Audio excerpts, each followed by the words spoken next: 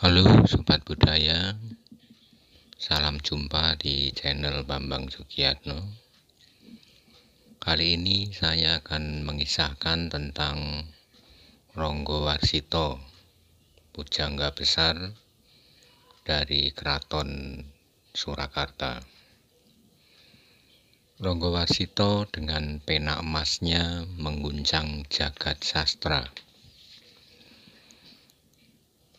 Ronggowarsito dilahirkan di Pasar Kliwon, sebuah kampung di sebelah timur tembok Keraton Solo, pada tanggal 15 Maret tahun 1802. Dibesarkan oleh kakeknya, Kyai Yasadipura II, yang juga dikenal sebagai pujangga Keraton Solo, merupakan tokoh terkenal di kalangan sastrawan Jawa. Diasuh oleh pelayan pribadinya, Ki Tanujoyo. Meskipun dibesarkan dengan latar belakang keluarga seperti itu, Burhan tidak menunjukkan minat terhadap apa yang digeluti oleh keluarga maupun moyangnya. Menjelang dewasa, dengan tetap dikawal oleh pengasuhnya, Ki Tanujoyo, Burhan dipondokkan di pesantren Gebang Tinatar, Ponorogo. Entah apa penyebabnya, mungkin karena perubahan suasana hatinya, di pondok itu Burhan menampakkan kebandelannya. Kebandelannya itu membuat pemilik atau yang mengasuh pondok pesantren Gebang Tinatar, yaitu Kyai Imam Besari, sangat pusing dengan perilaku dari Burhan tersebut. Selama 2 bulan dididik di pondok pesantren, tidak nampak kemajuan dari hasil belajarnya. Bahkan Burhan mempengaruhi santri-santri yang lain berbuat yang melenceng dari ketentuan pondok. Kebandelannya mencapai puncak ketika Burhan lari dari pondok menuju kota Madiun. Di Madiun ia mencari penghidupan dengan menjadi pedagang loak di pasar. Harapan seluruh keluarga seakan pupus. Berbagai upaya dilakukan untuk membawa kembali Burhan supaya bisa masuk ke pondok. Lambat laun usaha itu menampakkan hasilnya. Seiring kesadaran Burhan tentang perlunya seseorang memperoleh pendidikan. Dengan tempaan pendidikan yang keras dan disiplin dari Kyai Imam Besari, Burhan mulai berubah dari perangainya yang bandel.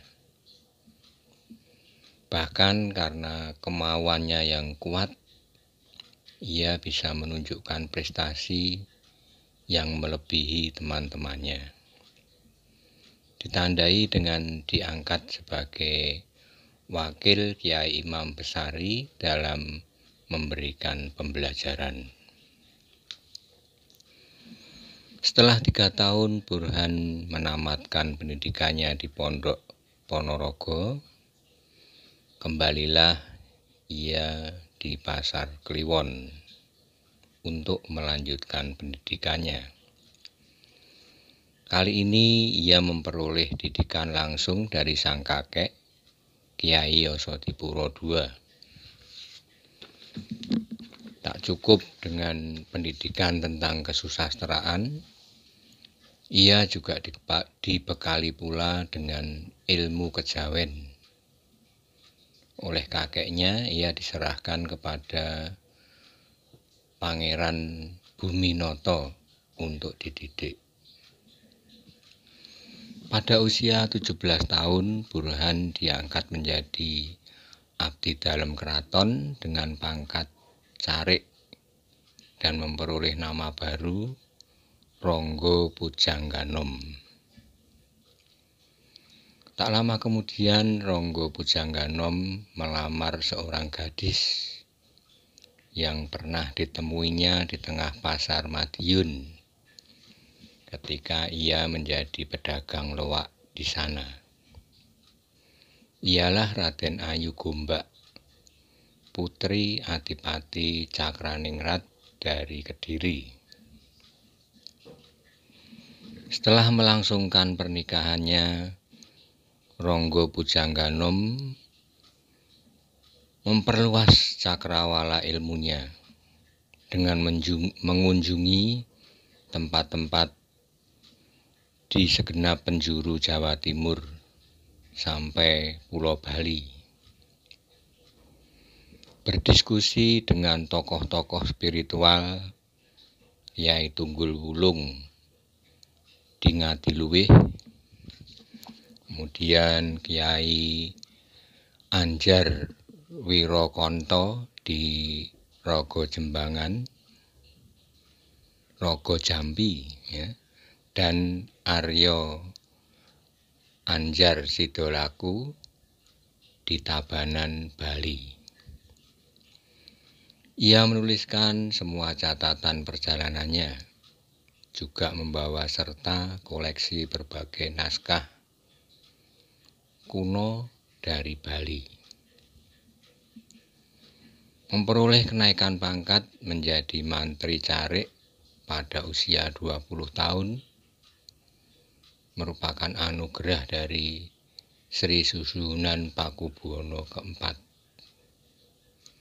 dengan nama baru Ngabehi Sorotiko, hingga setelah 8 tahun kemudian dinaikkan lagi pangkatnya menjadi Penewu Carik Adipati Anom dengan gelar Raden Ngabehi Ronggo Warsito. Dengan wafatnya sang kakek Tumenggung Sostronegoro atau Yasadipura II atau juga Ronggo Warsito I, Ronggo Warsito langsung menggantikan kedudukannya sebagai pujangga Keraton Surakarta pada tanggal 14 September 1845 dengan serat kekancingan dari Sunan Pakubuwono ke-8.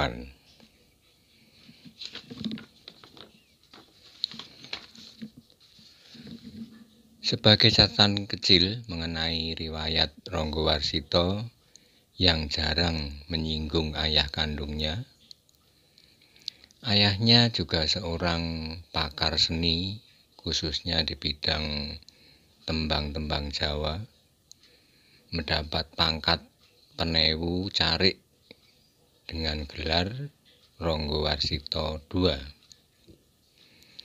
Namun akibat keterlibatannya dalam Perang Jawa atau Perang Diponegoro, ia kemudian diasingkan dan hingga meninggal dimakamkan di makam Luar Batang, Jakarta. Itulah latar belakang mengapa Ronggo Warsito lebih dekat dengan kakeknya.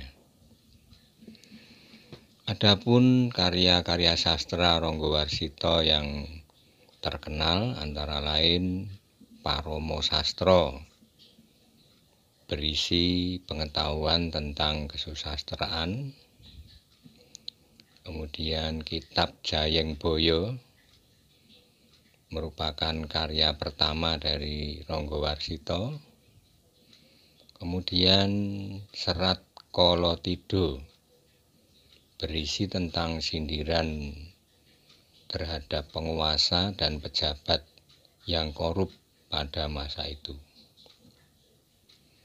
Lalu serat Joko Lodang berisi ramalan-ramalan, termasuk diramalkan tentang kapan kemerdekaan bangsa Indonesia. Ada juga serat Aji Pamoso, lalu serat Wito Radio. Ronggo Warsito wafat di usia 71 tahun, yaitu pada tahun 1873, dimakamkan di Desa Palar, Klaten, Jawa Tengah. Demikian Sobat Budaya, sekelumit tentang pujangga besar Keraton Surakarta, Ronggo Warsito. Selamat berjumpa lagi di lain kesempatan.